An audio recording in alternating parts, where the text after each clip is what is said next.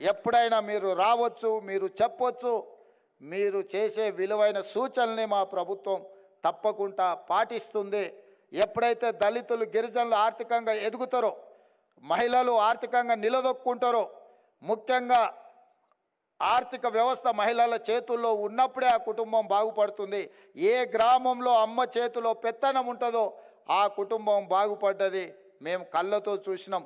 అందుకే 63 లక్షల మంది సెల్ఫ్ హెల్ప్ గ్రూపు మహిళల్ని 1 కోటి మందికి పెంచాలి, 1 కోటి మందిని కోటీశ్వరులను చెయ్యాలన్న లక్ష్యంతో మా ప్రభుత్వం ప్రణాళికలు సిద్ధం చేస్తుంది.